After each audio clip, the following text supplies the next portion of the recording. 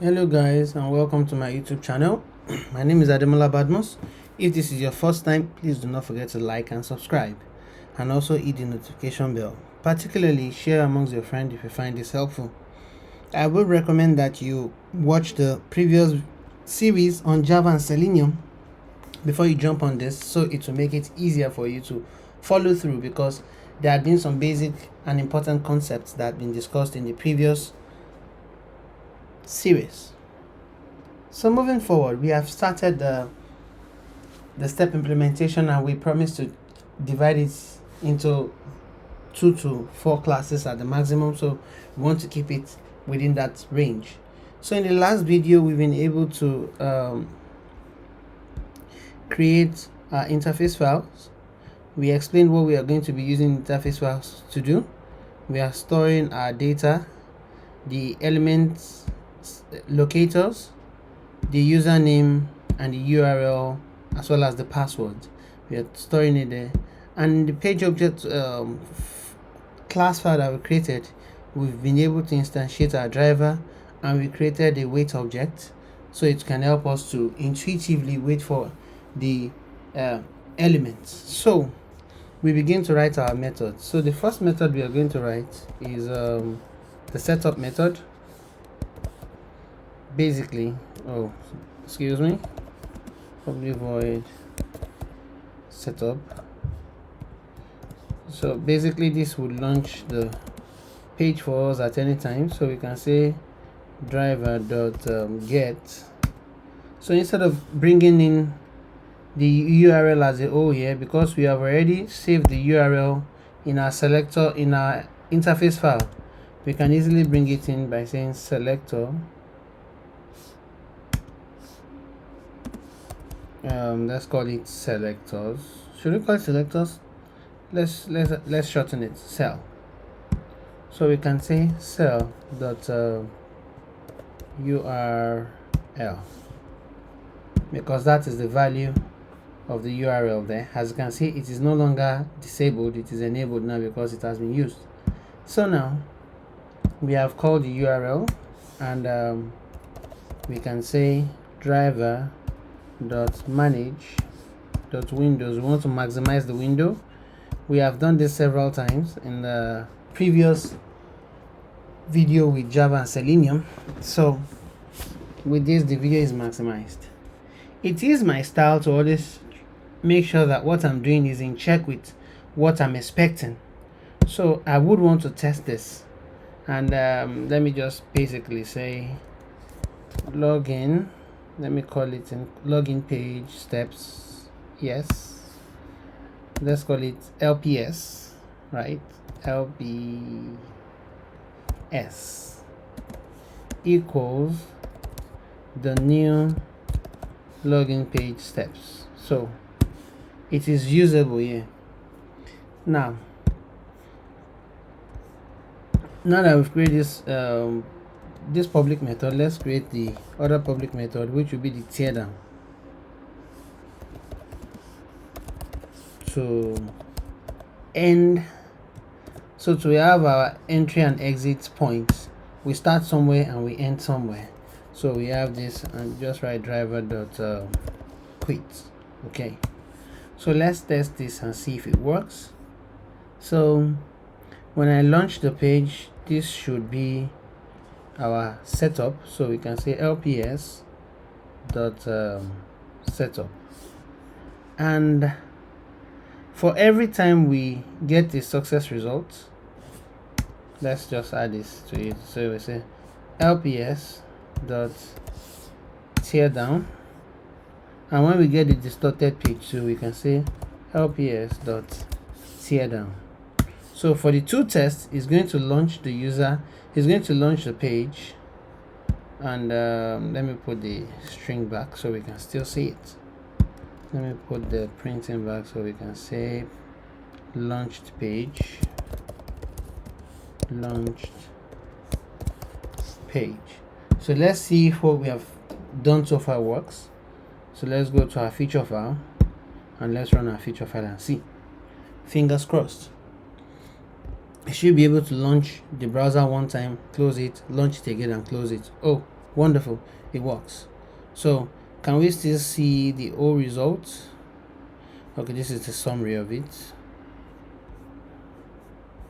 Oh, it's still there. So launch page, inserted standard username, inserted password, click login button, seen product page. The same thing here, launch page, inserted glitch username. Oh, so we still have the glitch there, so let's just change that one there. The print from glitch to problem, because problem is the user that we are using there. So it works. So let's add some more methods. So based on the steps that we have, we are going to be adding methods. So we want to insert the standard username. So let us create the method for a standard username. So we can say public void insert standard username. If you watch the previous video, you see that I used a camel casing style, but now I'm sort of leaning towards the snake case. A camel case is where the next meaningful word starts with an uppercase, but a snake case is there is an underscore between the next word. So both of them are acceptable, but what I can advise is when you're doing this, try to be uniform with it. Now that I've done a camel case here and I'm moving to snake case, let's revert everything to camel case so I can use the opportunity to teach you one of the tricks in IntelliJ. So I have selected this. I'll right click on it and go to, where is it? Thought there is refactor. Yes, I will go to refactor and I rename it as set. Let's name it as setup. Right? It means everywhere it has been used, it will change. Setup. So once you select, let's do the same thing here again. We right click, we refactor. When we rename it, tear down, right, it would have been renamed everywhere else. Tear down. So now, in order to insert the username, what do we need? We need to find the username field, find elements. Like I said in the previous video, we are using CSS selector for all our elements. So we can say cell dot the username field. So now that we've gotten the username field, what we are basically trying to do here is we want to get this field first, then we type into the field.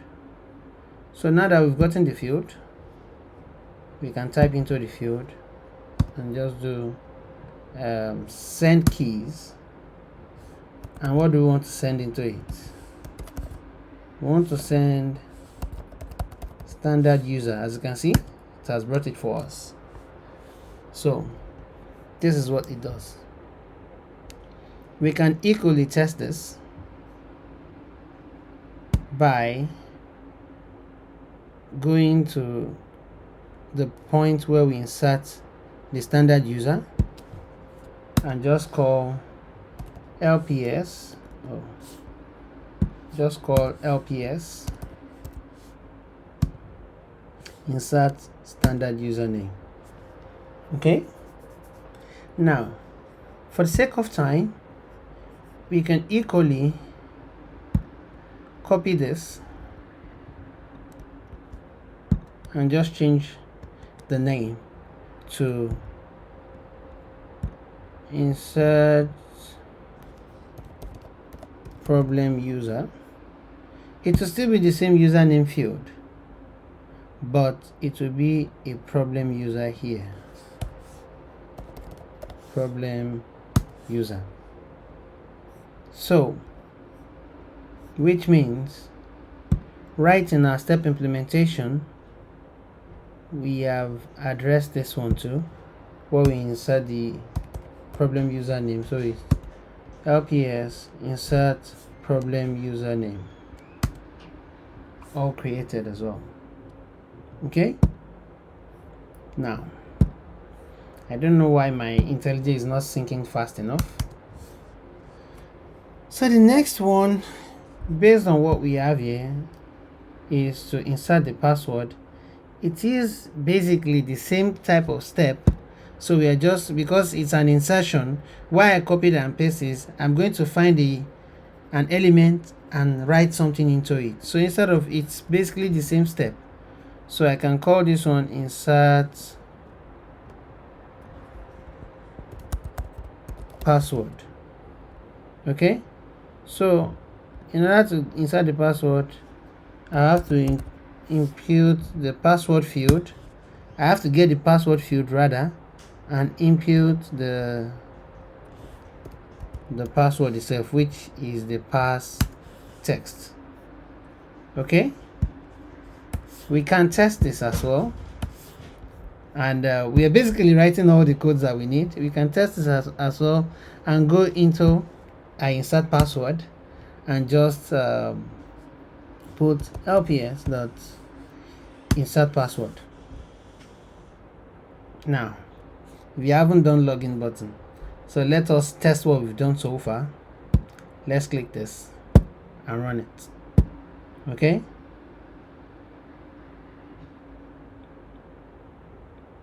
it works.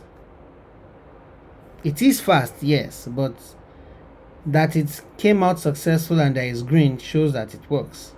So and it is expected to be fast because that is the point of automating, making sure that what you would normally test manually can be tested using automated tools and tested faster than you would have. So which would reduce your regression time by a great deal and allow you to increase your testing effort. So we've been able to launch the app, insert the username, insert the password. So we need to click the login button.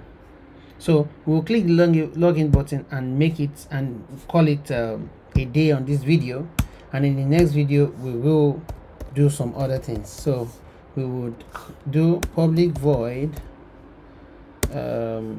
click login button. Okay,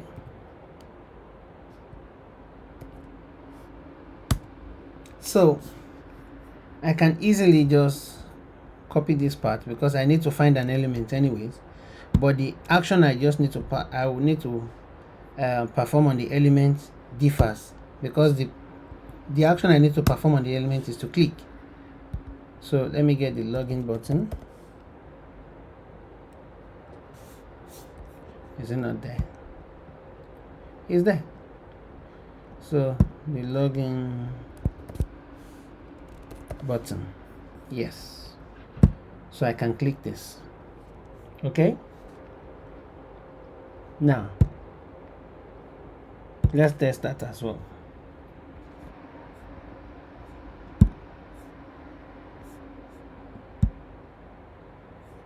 So where's the login button? I click the login button.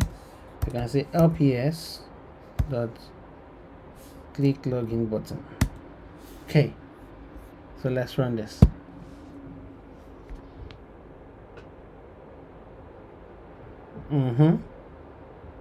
Yeah, it worked and it clicked the login button, so we are fine.